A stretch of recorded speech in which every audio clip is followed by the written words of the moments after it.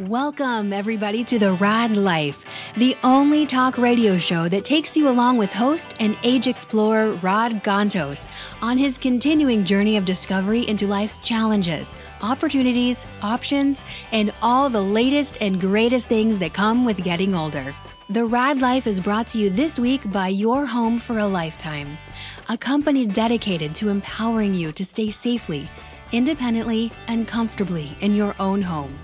And now here is your host, Rad Gantos. Hey everybody, good afternoon. Welcome to the Raad Life, another episode in our fourth year of being on the air now. So, not everybody applauded at the same time, Paul. Thank you very much. Here, I'll applaud. No, I want to say. Okay. They're a little slow to react as I am today. You know, those who know me very well. And we were joking about this because it takes us a couple of minutes to get started today because Paul, and I will own it, is used to me basically being late to be on the air. Why? Yeah, why be ready at noon? No, I'm gonna own it. I'm gonna own it, right? But I told him, I said this is 2019, so I'd like to change it up a little bit. Okay, right? But there is something I used to say, and it's that we may be late, but we're never slow. Okay, so we're never slow on this show either, and today is no exception. But I do want to thank everybody who was guests in the last 4 years of this show, and looking forward to bringing you guys a bunch of great people doing awesome stuff, very much passionately pursuing a career, a profession in giving, a life journey, which is, thank you, Paul, also 4 years ago for dubbing me a Age Explorer. So, with that being said, I do want to introduce my guest today. And it is not by any accident that I lined this up before Valentine's Day, by the way. Right? I get it. All right. But it's not what you think either. Right? So, I'd like to introduce my guest, Tiffany Yelverton, who told me that actually her title is trademarked. And Tiffany, say hello. Hello. And thanks for having me. You're welcome. I've been looking forward to this. And what is the title that is trademarked? Sexonista. What? Yes. Tiffany. She didn't just say that. Come on. She did. Are we subject to SEC? No. Okay, great. We're good. Just my own Puritan watch out then. Just my own Midwestern Catholic upbringing. That's all we're subject to here. So, and your reaction, actually, thank you very much for playing along, Paul, right? Your reaction is spot on because I think a lot of people, and I was talking to Tiffany about this a little bit before the show, a lot of people hear that and go, what? Like, I'm kind of just about comfortable slightly, more now that I'm older with the topic in general. And then there's an actual job title involved, right? And you then corrected me and said that you're not a therapist. I am not. You are a coach. I'm a coach. Okay, so why don't you just explain to people what the difference is? Well, a coach really helps people move from where they are to where they want to be. It's goal setting. If you think about it, if you are in a sport, it's somebody that helps you get better at what as a coach. As a coach. Right. A therapist is very highly educated and kind of more sometimes in a box. They also have done tons of experimental and internship hours. I've done those in real life, not with observation by another therapist. And they really unpack the past and why things were caused. And their job and model is to keep you in therapy kind of your whole life based on the insurance module, and it's not their fault. But I want to get people through my programs as fast as possible so that they can move on with their lives and I can see more people. Right, so you're sort of goal-oriented based on individual goals. They may be too, but their approach is a bit more like let's break it down, let's go back, let's look at all this stuff, okay? Which, again, there's a benefit and to that in the right setting, I guess, but that's not what you do. So, okay. And I love therapists. I've been in therapy. I love it. It saved my life. It's very, very important. Oh, I think everybody should. I mean, I'm pointing my finger at Paul. I don't think he has, but everybody should go through some therapy. Yes. Have you been through therapy? I did, actually. Wow. I did a long time ago. Oh, the stuff that you learn on this show. Okay, I'm sorry. This is too good, right? So what I had one of those periods in my life where everything seemed to just sort of fall apart, and I was Probably experiencing more common than people will admit. experiencing panic attacks, terrible panic attacks, which I still suffer for. Every so often I get panic attacks. Usually when I'm in clothes, like in an airplane or something, I can subject to panic attacks. And so I went to see a therapist about that. And the thing that's the most difficult is to sort of face, you're probably at least part of the cause of this. You know, either Me? No, I mean, well, yeah. I didn't even know you then, but I said, me in person. he's the problem. You go in there, you're thinking, you know, what's wrong with me, and just fix it, and then you have to find, you know, you yourself as the cause of some of this. Well, like I said, The way you were raised, the things you believe, the things you. That's I think that's a revelation to a certain extent that everybody probably comes to terms with at some point of their lives or not. But so let's go back to this. Did you wake up like one morning and decide to do this? Is this something that you've always done? Give us a little bit of background on Tiffany. Well, I'm just a small town girl from Idaho. That explains that's it how all. The best stories start. Right there. Right. If you've ever been to a small town in Idaho, you know they need sexonistas. Wasn't there a tornado and a dog? That's Kansas. That's Kansas. Yeah, I understand. Next state over, right? But yeah, next state over. Okay. And I guess I've always been fascinated by sex and how it affects relationships, how it affects your life. And I grew up in a really conservative area. My family was not conservative, so I didn't feel like I was pressured to have sex or that it was something that was bad, so I had to go out and do it, which one thing that I've been talking about a lot lately is one of the reasons that I guess I really started to think about what I wanted to do is because when I was in high school, our high school had one of the highest teenage pregnancy rates per capita in the United States my junior year. And what that looks like was 22 girls I knew in our two high schools that were pregnant. And it wasn't like who you would think, the other side of the track girls. It was our AP English class. It was the cream. The cream of the crop. And it was just from lack of education and lack of knowing your body. And so it's very important to me that we talk about sex. It shouldn't be taboo. It's something that's important in our lives. I'm not putting you on the spot here, Tiffany, but what years are we talking about? I was a junior in 1990. Yeah, so it wasn't that long ago. Yeah. And don't you think there's a pressure in the dark ages? It wasn't. No. Yeah. And don't you think there's a pressure in small towns? Kind of like, what else are you supposed to do? You're supposed to be getting on and having a family and doing all these things and marrying your high school sweetheart. Yes. Michigan, sorry. Oh, I'm a Buckeye, so. Uh-oh. But there was kind of a feeling of, okay, not just I don't know how to prevent this from happening, but it's almost like I want this to happen. I'm ready for this. Time for this to happen. Well, and there's probably a whole bunch of different things, right? There's societal pressures. There's rite of passage. All things. God knows what's triggering it for people to either engage in sex or abstain from sex. There's, you can only imagine, like, the emotional instability of somebody in, junior or, even a senior in high school. I mean, all the emotions, all the hormones that are raging, and the confusion that comes with it. So, okay, that's high school. So that was high school. So you started becoming a sexonista at that time? No, I didn't, but it just fascinated me about sex and how it was so condemned in our culture and our society, especially where I grew up, that it wasn't ever talked about. Yeah, we're pretty Puritan for an open society with liberal thoughts, right? And then, I got into a sexual relationship. I was a little older. I was 19 when I first had sex. But I realized that everything that I'd always been taught about sex was that it came with consequences, that, you would have a reputation or you would get a disease or get pregnant. And I was never taught about pleasure.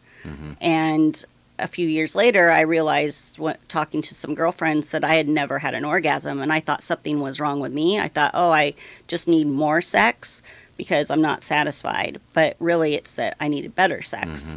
And so being able to explore my body and learn about it and then experience orgasms and change the way that I felt about myself, it gave me more confidence.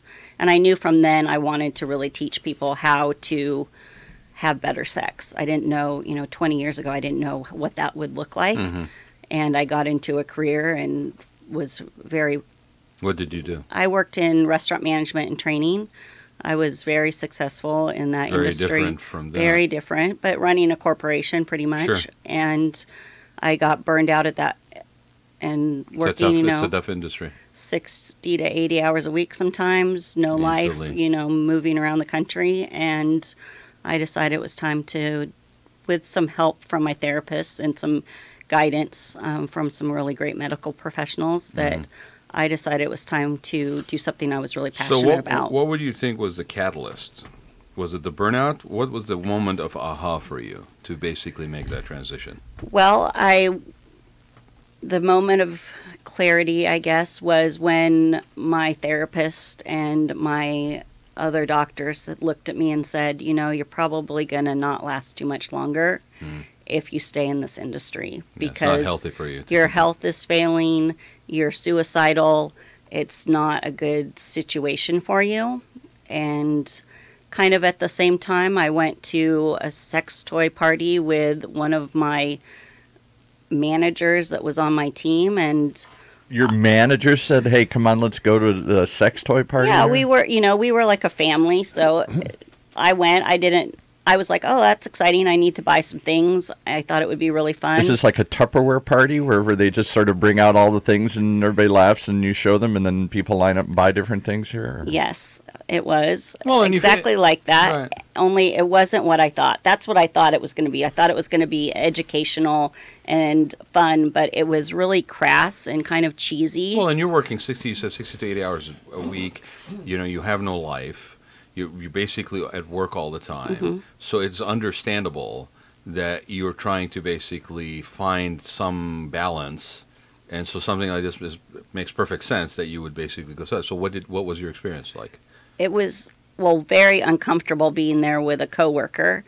And it was just so, kind of like ha, cheesy and like, oh, we're talking about sex. And at that moment, I was sitting there and said, we need to have these conversations. Almost juvenile. But we don't need it to be made fun of. It needs to be a serious conversation. And this is a great forum to have it, is at a home party. And so that's when I came up with the little black dress of pleasure and decided that was what I was going to do. So basically, you took your business background and looked at something that was being offered and saw, and it's really funny because the business you were in was a service-oriented industry, and that basically looked to satisfy people from the position of whether it's beverage, food, or beverage. Yep, so nurturing. those are nurturing basic needs, if you will, of eating and nourishment, right? And then here you are basically finding yourself in a party that's supposedly is trying to fulfill another need, if you will, physical need, and then basically realizing that the experience of what you experienced doesn't meet those high caliber of service.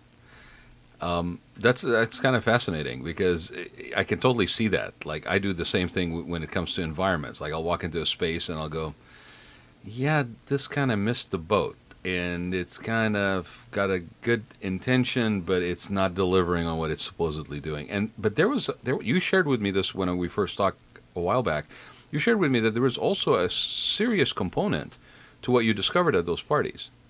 Yes. Right? Again, and I want to paint the picture in terms of timeline. This is what, early 2000, maybe? No, it was actually 2010 or end of 2009. 8 years ago. Okay, yeah. And the reason I'm making these timestamps is because when we talk about confusion and lack of understanding and not really having in-depth, which we don't do our kids, by the way, a service when we do that, right? In high school. And then you are here at a sex party or sex toy party or whatever. What's the proper term? Sex toy party. Sex toy party. Girls' night out. Girls' night out. Pleasure right? party. Pleasure party. And this is 2010. 2009, yeah. 2000, whatever, yeah. like 10 years ago, 8 yeah. years ago, whatever.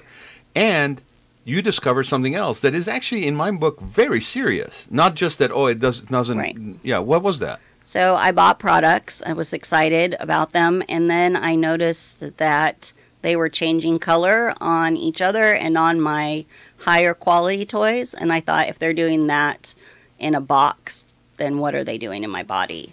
And that's No. when I found out and discovered that chemicals that have been outlawed in children's toys and since then in pet toys Oh my are God. not outlawed in adult novelty products and adult sex toys and lubricants, personal care products. So we're putting some of the most toxic chemicals in the most absorbent parts of our body. So consider that, ladies and gentlemen, a public service announcement of sorts from the Raad Life and from Tiffany. I got to go back home and throw out a whole box of stuff. Yeah, and out. Paul, Yeah. check your toys for content, right? Because that blew my mind. That's I mean, unbelievable. less than It 10 blew years my ago. mind. Yeah, I was so like, and you're how is putting this it in such happening? an intimate mucus mucous membrane. membrane location. I mean, to put it mildly, and these are things that are outlawed in pet toys and in children's toys. Yes. Okay. Just let that sink in for a minute. It's like crazy. That's crazy. No regulation. Is there any oversight or guidance in this industry, or is this just the Wild West and you make it and you can sell it and nobody really... That's why you need a coach. You can make it, you can sell it, you can label it however you want. So I had heard stories about products being mislabeled and that the manufacturers would put anything on the label that you want. And most toys are made in China, so I figured it was just a language barrier until I started getting contacted by manufacturers to carry their products. And I would ask what they're made of, and they said it doesn't matter. You can put whatever you want on the label. But is there a government? This is sound crazy, but is there an area of the government that somehow oversees this? I mean, if you've got children's toys, I don't know. There's obviously some department of the government, some bureau somewhere that checks into the safety of the sex toy department. No, there is not, because nobody wants to At the talk Chamber about of Commerce. sex in Congress. Right, and this is crazy. I mean, this is a even health though they're all hazard, doing really. it in Congress. It Oh, seems yes, like half the especially. time. Right, it's a yeah. health hazard. Well, and even if you look at the skincare industry and the products that we put on our skin, they're not regulated really. There are substances that are banned in products in the United States, but there's, I believe, 13 different chemicals just that are parabens that are banned in Europe, but are not banned in the United States. In our skincare that are in our skincare products. And if you look at how they're labeled, a lot of like personal lubricants are labeled for topical use only, which I don't know about you, but most lube goes inside the body, not just on your arm or something. And then also sex toys or in adult products are labeled as novelty, which means you should set it on a shelf and use at your own risk. Well, and you know, I can imagine that a lot of people, you know, I want to kind of veer the conversation a little bit towards this, but you know, a lot of people that may be dealing with as they get older or because of illness, they're dealing with body image issues, especially these days where everything is very visual, everything is selfie this, you know, stop and repeat that, right? So there is a culture that is very image driven in terms of value based on image. And here we are basically dealing with maybe some people that are feeling very vulnerable, that maybe are getting older, maybe are feeling unloved, undesired, whatever. They've gone through chemotherapies. You know, we talked about cancer, right? And men and women, both sides, right? Yes. And they may be in a situation where, you know, who do they go to help them guide through this? They can't openly discuss it. Maybe they may not be there yet, right? Or how do they transition to regaining some of that body image? Paul, do we have a caller? We do, and it fits in perfectly with what you're doing. We have one of the ladies from Modern Ageless Beauty who was in here on your show, Ingrid, whose name somehow is you can't ever forget when they come in and talk, but I for 5 seconds forgot her name here. But Ingrid's on the air with us. Welcome, Ingrid. Hi, Ingrid. Ignore Paul. Hi, Ingrid. Hi, surprise. Surprise. But you were just talking about this is what, as I recall, one of the things they talk about. You know, can there be as we're on this aging journey? Is sex one of those just things that drops off along the way somewhere? Because you don't feel good, or you don't look good, or you don't like the way it is? I think historically the assumption is that it's just something that does no longer becomes part of your playbook, if you will, as you get older. Your playbook, yeah. Right? The funny thing about that is that you, because we deal with a lot of Let me people. pull up my playbook here and see. I'm going to take that page out. Senior industry, assisted living, all that stuff. And the stories that you hear is, no. I think they're going at it. Oh, they're going at it. I mean, I think the funniest thing that somebody told me is like there's more Viagra use in assisted living than there is outside assisted living, and so it isn't something that goes away, but it definitely is something that we become more maybe image conscious, and especially when the world around us is telling us to be that. And oh my God, did you not post a social media post in the last 48 hours? What's wrong with you? You're not feeling good, right? You're down on yourself. You got to post something. So. And there's things, and Ingrid, thank you for calling, because I think it's, you could, share to this as well, is, what happens in those situations where I'm kind of feeling very bad, not really connected with my positive body image, and I've suffered from some illness maybe, or something. Who do I go to help me through something like that? Ingrid? Ingrid. Oh, you talking to me? Yes. Oh, I'm so sorry. I don't know. I was trying to set the stage because. Tell your story a little bit, Ingrid, just real quickly, because you really kind of make this. I mean, it's a topic we can giggle about, but you were pretty serious about how women over a certain age, they get divorced or whatever, and you had some cancer issues and some other stuff. All of a sudden, sex is not something to do or talk about here.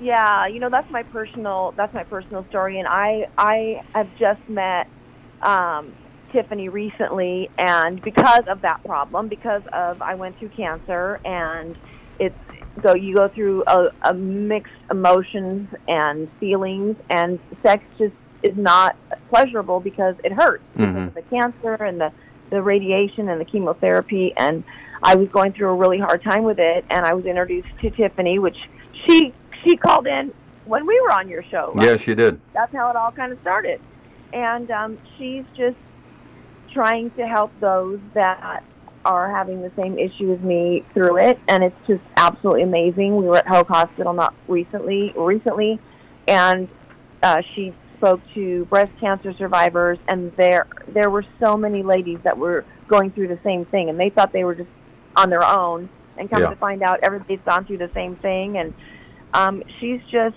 it's so hard. It's just so hard to get back into it. So, I went to her, and she helped me through it, and she's helping me through it, and I just absolutely love. Talk about the process, though. So somewhere along the way, you decided, hey, I need help here. This is no longer. This doesn't feel good. I don't like doing this. This isn't. And yet, you haven't abandoned the idea of it. Let me just, for the listeners that don't know Ingrid, let me just say that, at least from my perspective, Ingrid is very outgoing. She's very social. She's very open-minded. But for somebody, no, I'm only painting that picture because even in your case, you had a feeling that where do I go for this? Exactly. You happen to connect with Tiffany. Tiffany's doing this from that perspective, and it was almost like, I would think, almost like God sent. I mean, you said it. Everybody that was at that Hoag meeting, feeling like they were the only one basically going through this. In this day and age, in 2019, that's kind of a sad state of affairs. Yes, I'm wondering as conscious as we are as a society about cancer. This is something that isn't.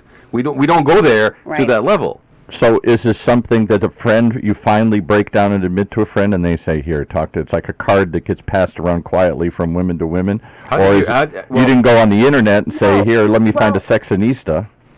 No, I'll tell you why. So TM. So Tiffany works with Sexy Survivors. It's a nonprofit that's dedicated to, education and to strengthen people's relationships that have gone through stuff. So she works with Sexy Survivors, and those are cancer patients, and that was something that just drew me to her, and I knew that she knew what I was going through, and then I come to find out, it was just amazing. It's not just, Entice Me is not just about, I don't know how you guys have been talking, but it's not about. No, you're right on track. We've been talking about this. We did touch on the fact that there's obviously the fun aspect of it and all this stuff. But from where I'm sitting, Tiffany actually provides an amazing coaching and service by actually being there to deliver and help people just like as yourself to go through something, to find a way to empower you to get past this the way you want to get past it. Yeah. You know? So, no, you're right on track. But even more so in just everyday relationships, you know, spicing it up. I mean, she hosted a party the other night that I went to. Tiff, are you still there? You're not. I'm here. Advice at all. You're doing a great job. She's just going to sit back and let you talk. Yeah, first. I'm just going to let you do it, Sexinista.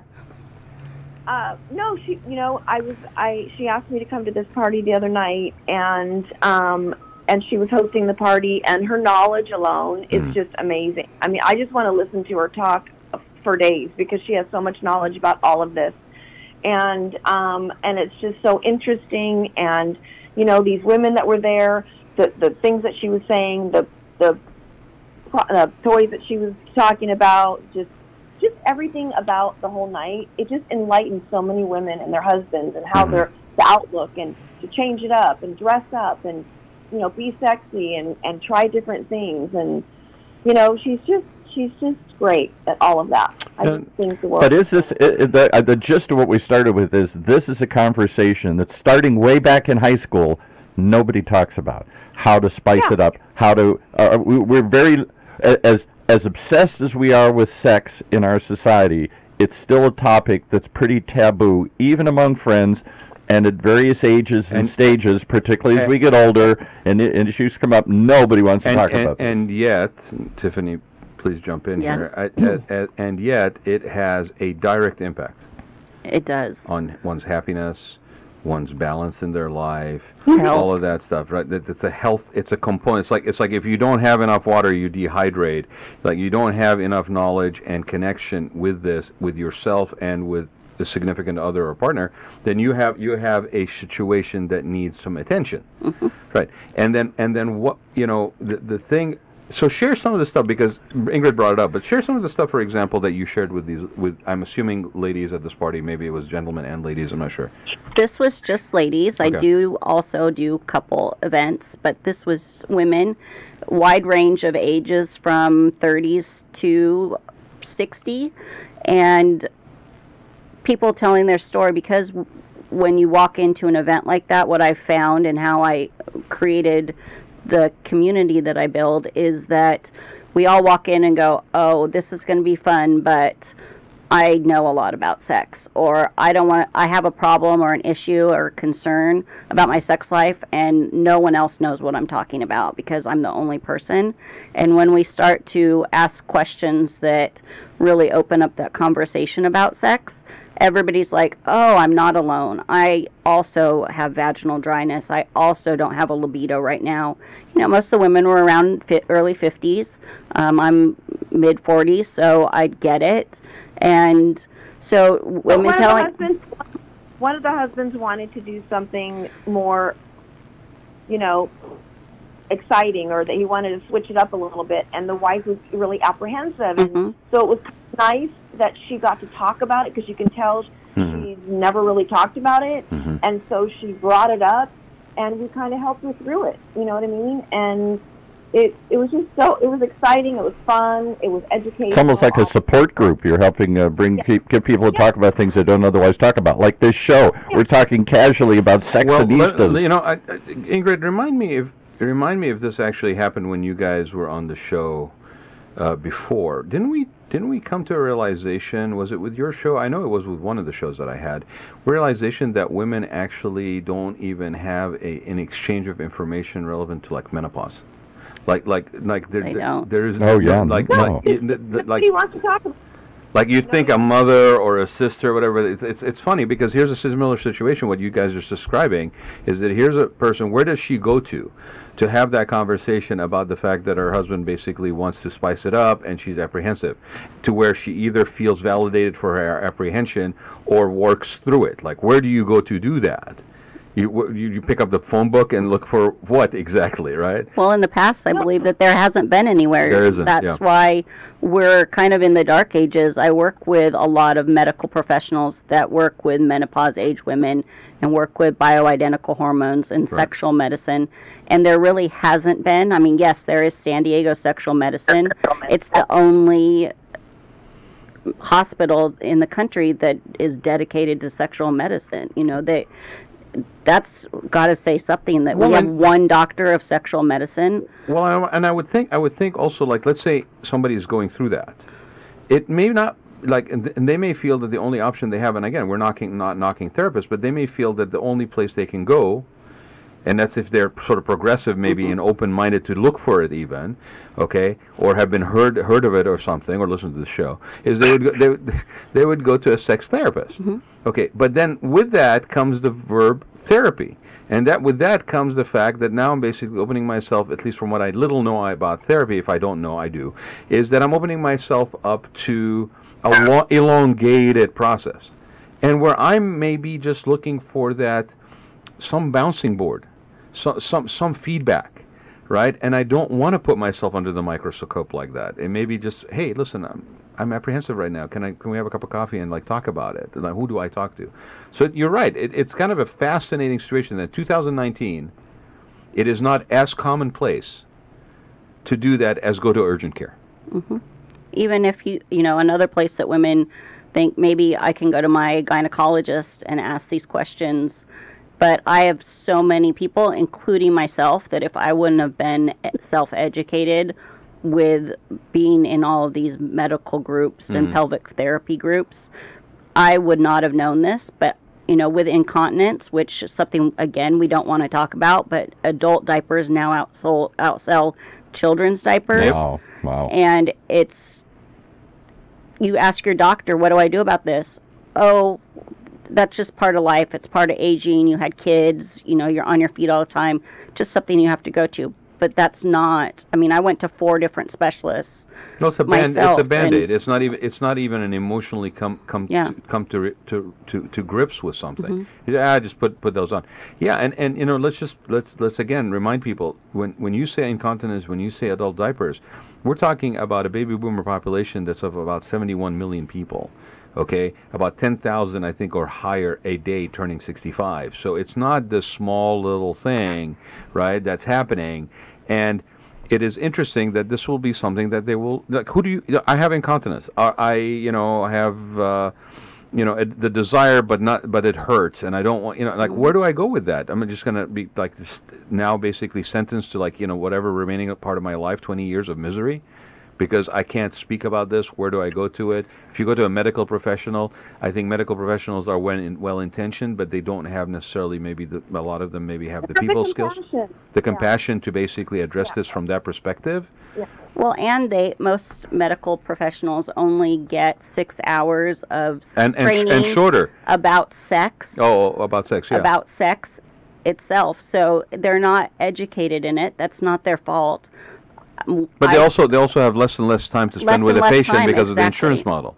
Exactly. Right. That's why I work, when I go into offices, help them build patient retention and client retention, because I can have workshops for them and bring their clients and patients in and really spend the time talking about sex. So let's talk about how big this issue is. Well, before we do, hold on a second, Paul. Before we do, 2 things. One, would you give the websites, please, and how people can find out more? Yes, call Tiffany. Please. My website is enticeme.com and sexysurvivors.org.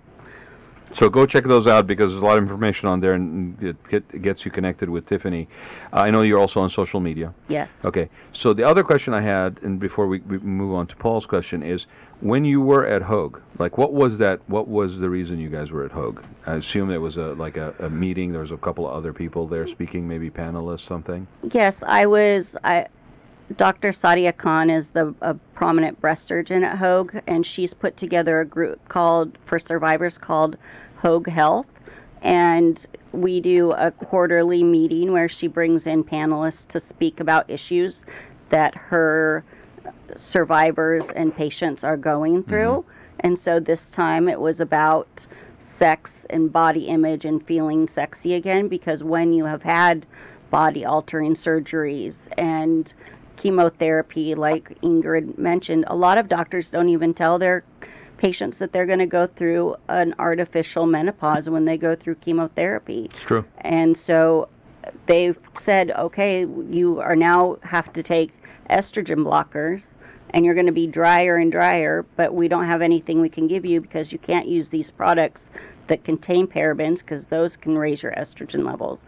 And so really 4 years ago, I started educating it's now called Hogue for Her, and the pelvic pain clinic there about the chemicals in the products. And they started carrying the products, and then I was asked to speak about body image and confidence and, you know, changing it up and getting back to yourself so that you feel like having sex, because it's very taboo, especially in that situation. So I spoke, there was a nutritionist that spoke, and I spoke, and I mean, there was not a dry eye. It was so I mean, it was just one of my favorite things. How many people do you think were in attendance? There was probably about 75. That's good.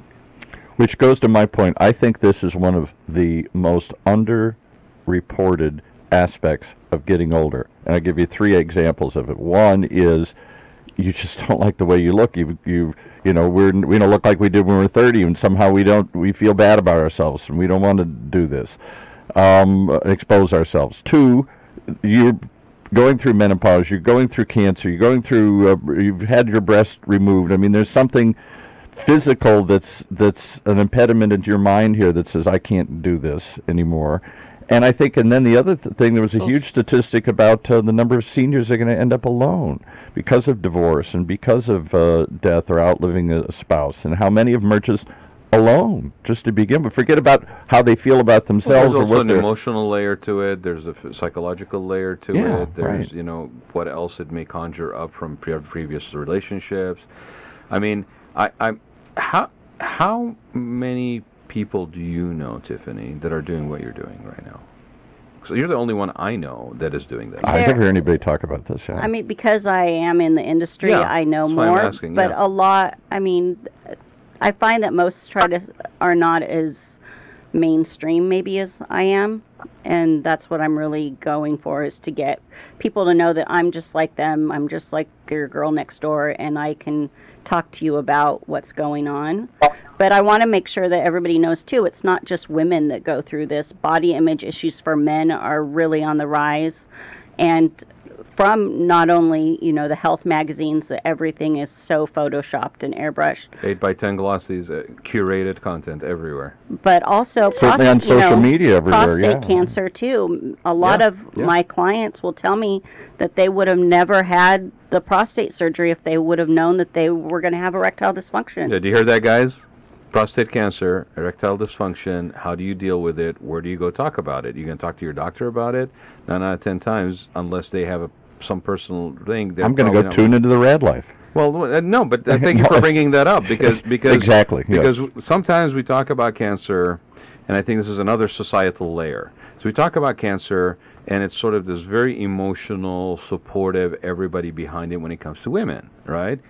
But there are, and increasingly, thank God, increasing awareness, like with Movember and prostate cancer and so forth, that, you know, more and more men are saying, look, I need to take care, make sure, go test it, get tested, try to catch it early, you know, what is do I have a family history potentially, et cetera, et cetera. But this is another layer that, much as I am aware with prostate cancer, that until you basically connected the dots, I had never heard. And it isn't for all men, but for the majority.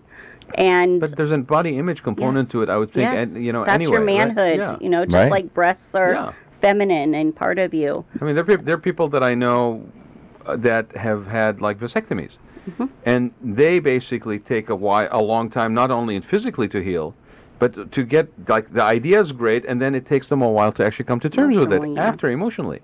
So there's that. Ingrid, since you still are on the call with us, what do you think to date? Because I know it's not going to be the only thing, but what do you think to date has been the most enlightening thing that you have gotten from basically being involved with Tiffany? Like, how has she helped you the most? Oh my gosh, just her knowledge and the company that she put together. It's just so classy, and it's just helping.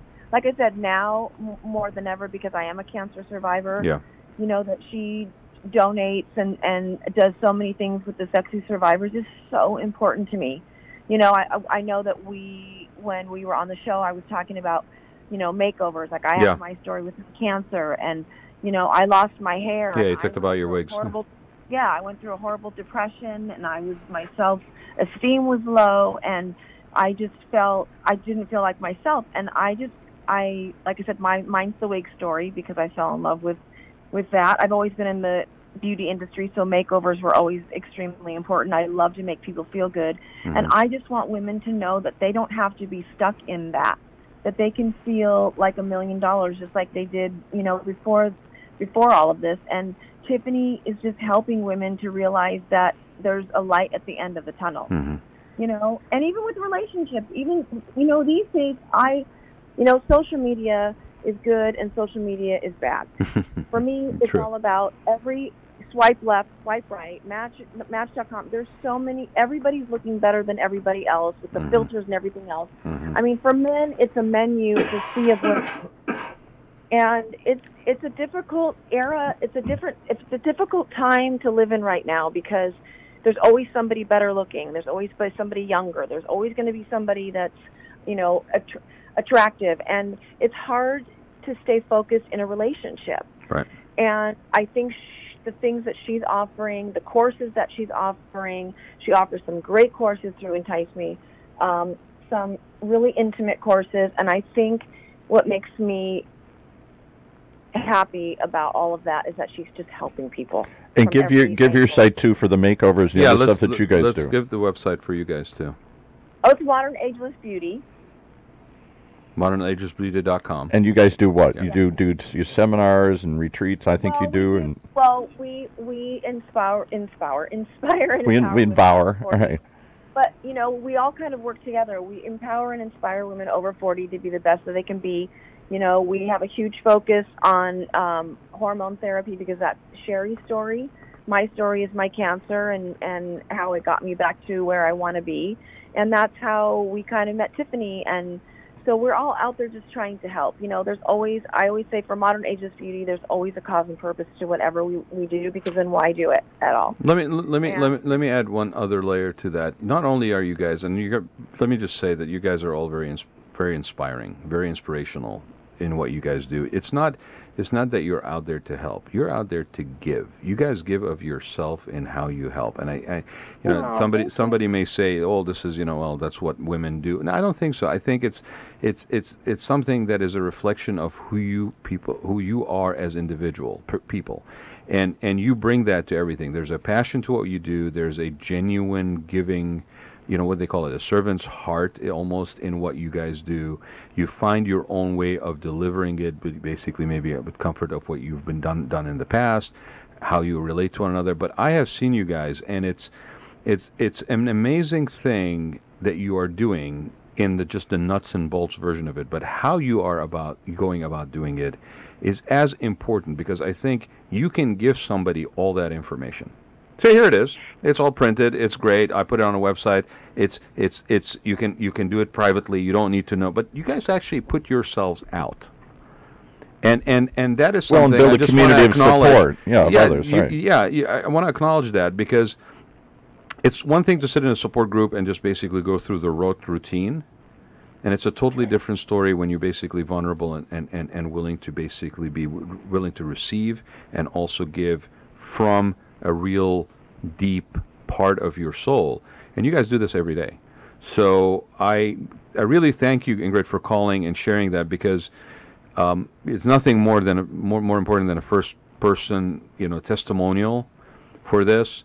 And Tiffany's sitting here going, why am I even here? Why don't you guys just continue to talk about me? But no, I think I think you guys are amazing. I'm so glad that you called. And I urge everybody to basically check out those websites, modernagelessbeauty.com, enticeme.com, and sexysurvivors.org. Yeah. And continue to do.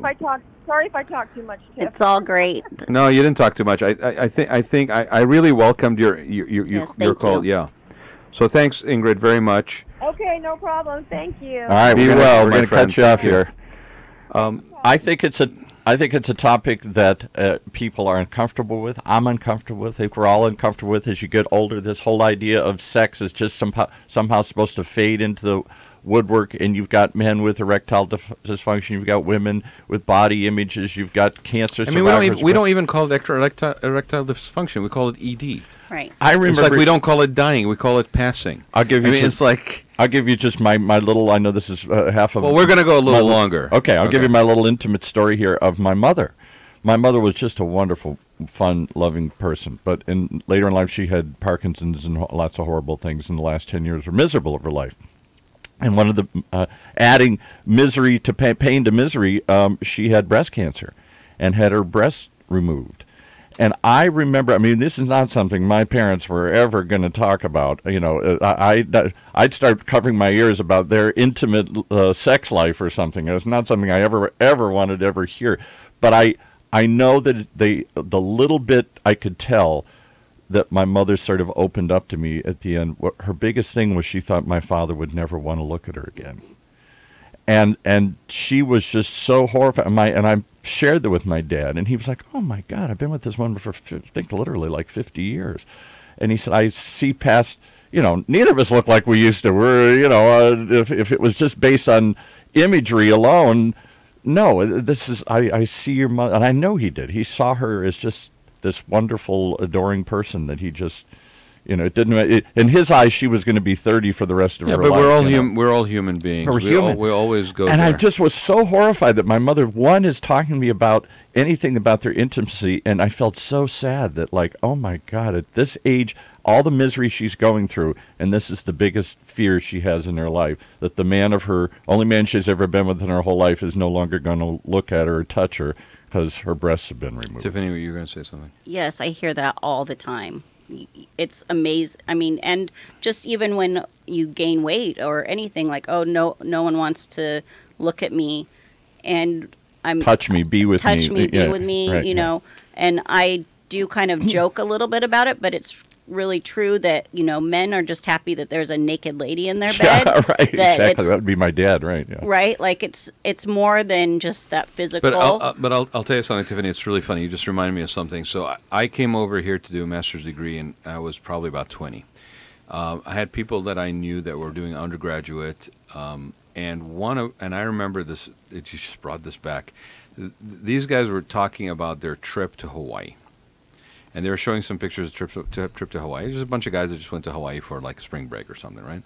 And one of them was constantly in there wasn't a surfer top at the time. It was just a T-shirt.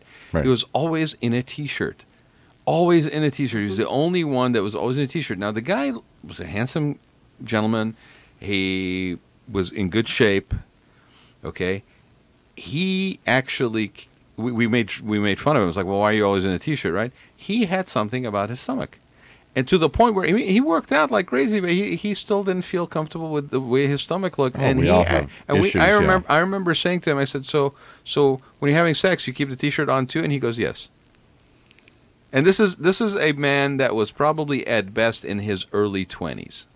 I have had that experience with a guy as well. So from one extreme to the other, from your 20s to your 70s or 80s here. Yeah, right. I just don't... When do you feel comfortable in your own skin? I mean, that is the ancient question of all times that never really has an answer. And here's what amazes me the most about this. I have a theory on that as well. Okay, what's your theory?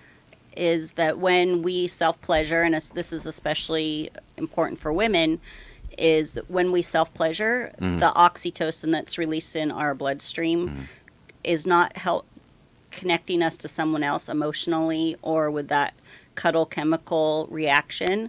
It actually circulates through our bloodstream and creates self-love, which helps you overcome body image issues and creates confidence.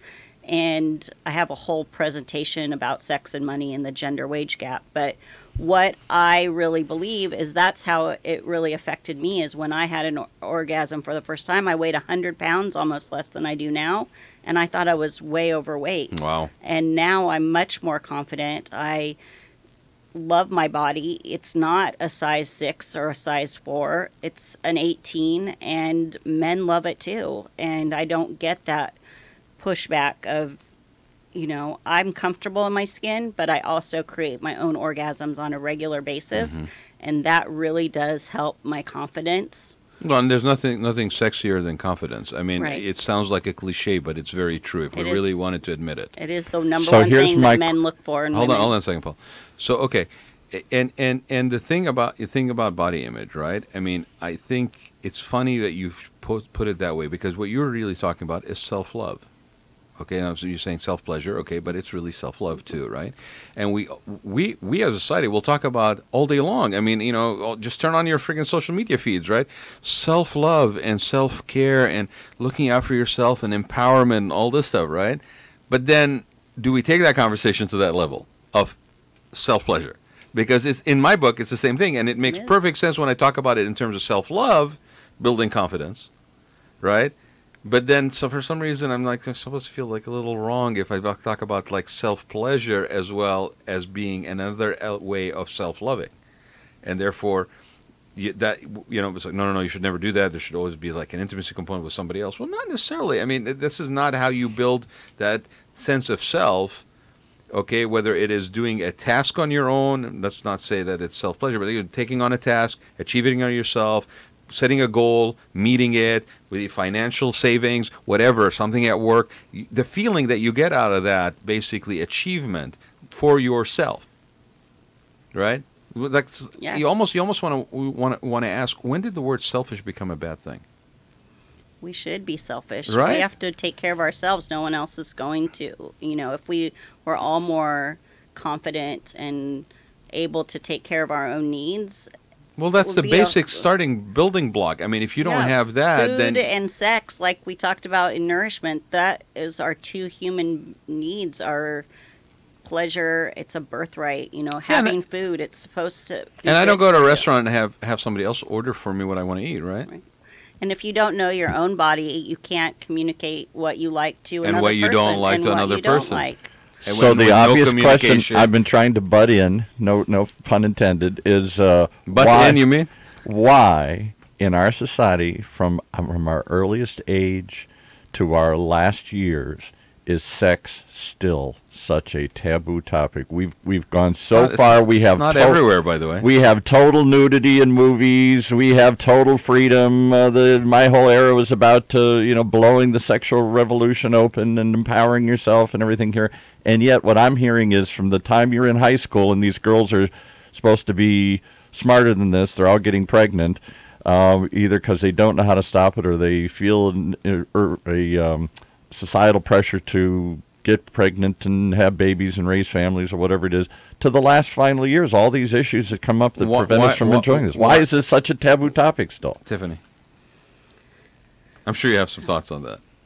I do. And what's interesting, as you said, it's not everywhere, but actually across most cultures, religions, genders, everybody says that, it's my culture that doesn't talk about sex. It's all of our cultures that don't talk about sex. And I really don't know why it is. I think it just is something that is intimate, and we've gotten in such a rut that we don't know how to talk about it because we haven't been taught how to talk about it. Our religions tend to shame it. But there's certain places that have a little bit I of a would different say handle on it. Europe, is definitely Northern Europe, ahead of. I was shocked the other day. I was shocked and kind of amused that New Zealand, for example, prostitution in New Zealand is legal. In New Zealand? Yeah, it's legal. It's that taboo has been taken out of the equation. Holland, we all know about the red districts. Holland, yeah. Northern Europe tends to have a little bit more, like the Dutch have a very open kind of conversation about it, whether joking or playful or whatever. The discussion isn't something that we avoid. God knows we don't avoid discussions on this show, right? But the discussions But are you're not from the something- Middle East. That's certainly an area where I should be on the opposite side of this conversation. I Yeah, should be exactly. like, no, la, la, la, I'm not talking to anybody about this, right? But I think because I experienced that, and because I see the benefit of this, having conversations, is why I see the importance of this even more so. And I think, we can pride ourselves as being an open society in the United States all day long, but at the end of the day, the Puritan, it's huge. religious, what is it? Why are 70-year-old men, white men, basically standing up and talking about reproductive rights for women? Exactly. I mean, Don't get me started. where does the authority come from for that one? Show me a 71-year-old woman talking about reproductive rights for you know. I mean, it's just would the conversation about reproductive rights even be an issue if it was men who got pregnant? On every single it would never be an issue. We are so screwed up about sex and have been my entire Would life. we still be talking about whether condoms should be given out in high school? I mean, like, seriously, if men got pregnant, would we still have that conversation? No. And they don't in Sweden. I mean, I heard... Men don't get pregnant in Sweden? No, they don't have that conversation about not giving out condoms. Yeah, no, I mean, it's like the craziest thing to do. I mean, your kid's going to go out in the rain. You don't give him a raincoat? I mean, I don't know better. You're screaming at him to put it on. And yet, I've been a father. You know, that's the last thing. I mean, I didn't want my daughter to get pregnant, but at the same time, I can't face that she's going out and doing this. I can't encourage it. And you are a 60s generation of free love, open society. What happened to you people? Believe me. You know, you wait until you're a parent and this stuff comes around in your face here again. All of these issues. Wait till you're a parent. Like the whole world changes. Your whole philosophy and approach changes. It does. You become a Puritan. You become your stuck parents. in the mud. You become your parents. You become your parents. We learn from what we've grown up with. I think you need a little bit more self-love, Paul, is what it is. Well, yeah, maybe. But, you know, I'll give you another example. We've had women come in here and talk about the gender equality. You want to go to another one where women can be the most. I remember seeing don't beat me up and everybody jumping, but many, many years ago, a study was done at the University of Michigan. If you're about to be a sexist, I'm I'm going to be a sexist a little bit here, but there was a study done at the University of Michigan of very successful, I think it was like doctors or something, and men and women, and how they viewed what they wanted in the other person. And it was shocking. Women still wanted somebody who was stronger and taller and made more money and all that. And these are like very powerful, successful women. But this image had been planted into the brain. How do you feel about that?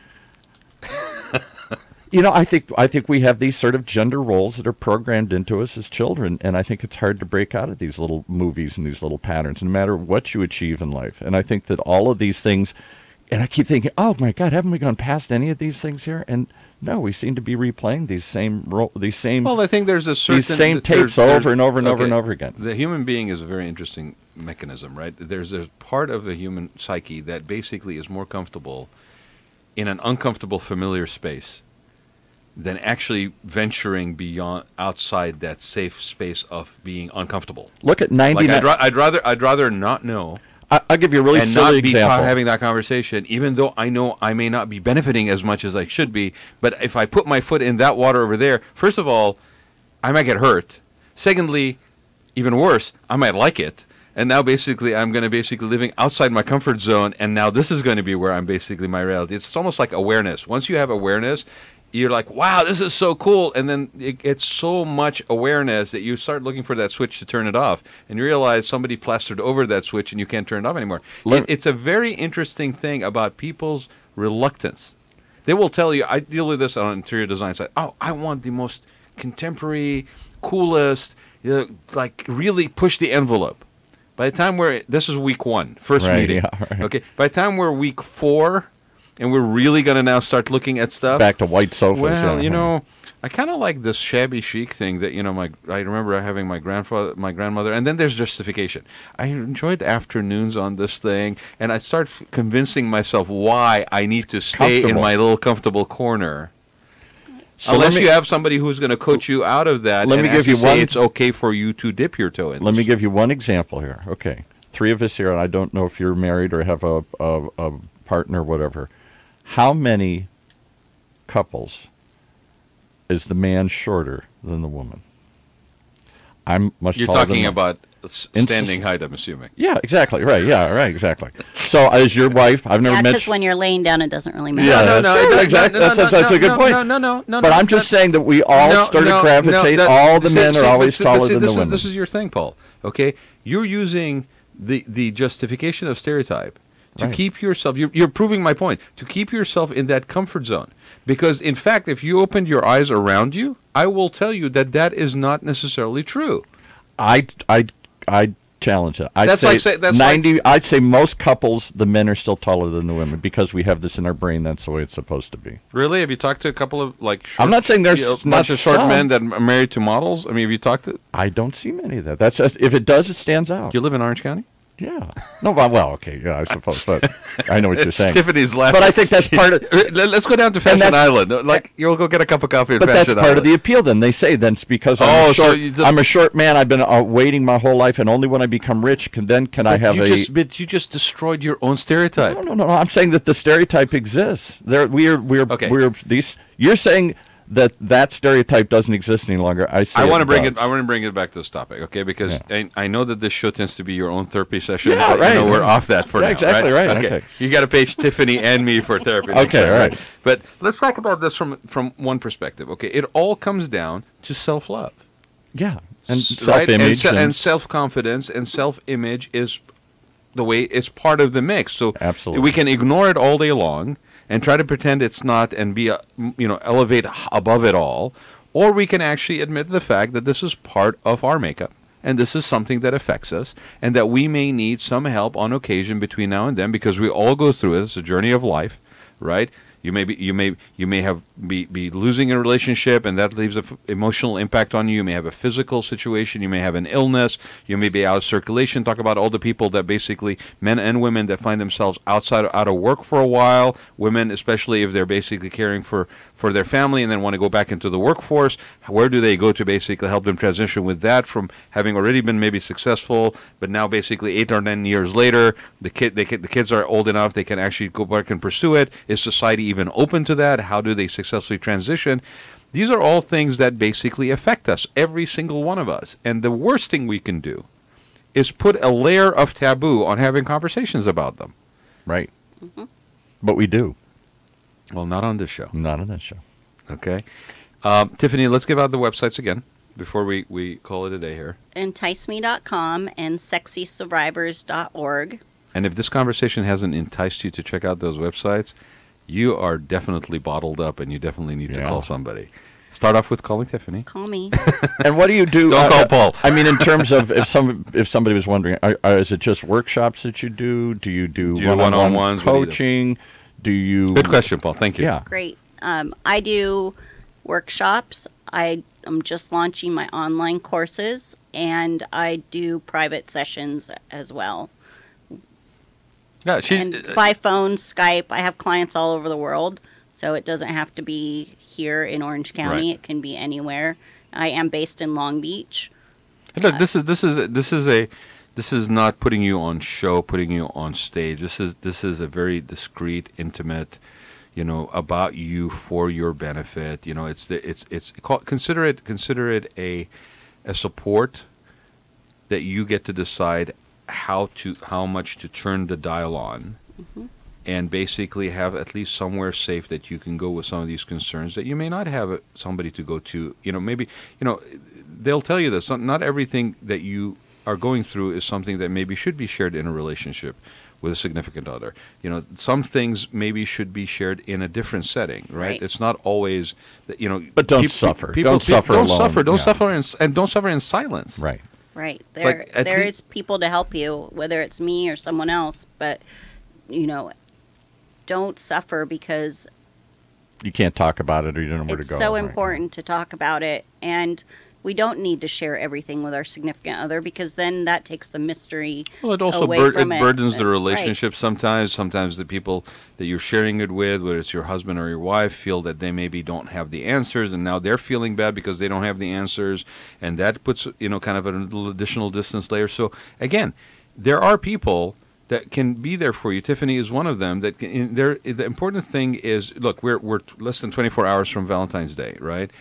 The one thing, it's not about chocolates, it's not about inflatable balloons, it's not about roses. It really is, and starts off with one thing, and that is sense of self and sense of self-love. Yes. Everything else is gravy. But without that, you don't have a foundation that you can, and if you don't have it in you, the old adage, if you don't have it in you, you don't have it in your reserves, then you can't put it out to others. Right. Okay? On that note, I want to thank Tiffany for being here. Thank you for having me. It was great to have you here. And I told you this wasn't going to be a typical Valentine's Day show, didn't I?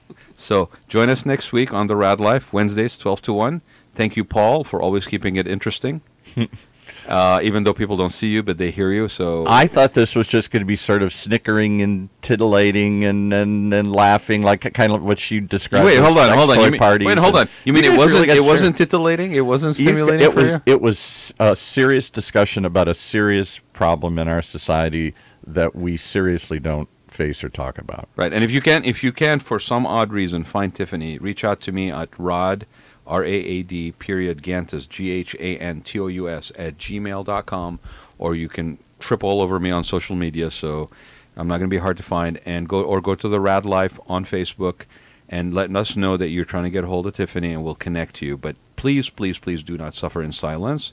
It's about love, and it starts off with self-love. So happy Valentine's Day, everybody. See you next week.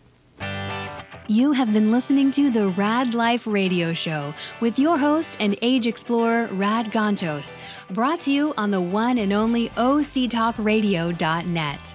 Join us again next week as we continue our journey of discovery into life's challenges, opportunities, options, and all the latest and greatest things that come with getting older.